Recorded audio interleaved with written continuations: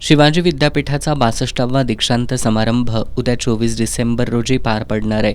आज ग्रंथदिंडीनं या समारंभाची सुरुवात झाली. कुलगुरू डॉक्टर ज्योती जाधव यांच्या हस्ते ग्रंथ पालखीचं पूजन करण्यात आलं. पालखीमध्ये भारताचं संविधान, श्री ज्ञानेश्वरीसह विज्ञानविषयक ग्रंथ ठेवण्यात आले होते. टाळ मृदंगाच्या गजरात या दिंडीला प्रारंभ झाला. वाचन संस्कृतीचा जागर करत आणि प्रबोधनपर घोषणा देत दिंडी राजारामपुरीतून आईचा पुतळा आणि सायबर मार्गे विद्यापीठाच्या प्रांगणात आली. छत्रपती शिवाजी महाराजांच्या पुतळ्याला प्रदक्षिणा घालून अभिवादन करून ग्रंथ पालखी राजमाता जिजाऊ साहेब बहुउद्देशीय सभागृहात ठेवण्यात आली.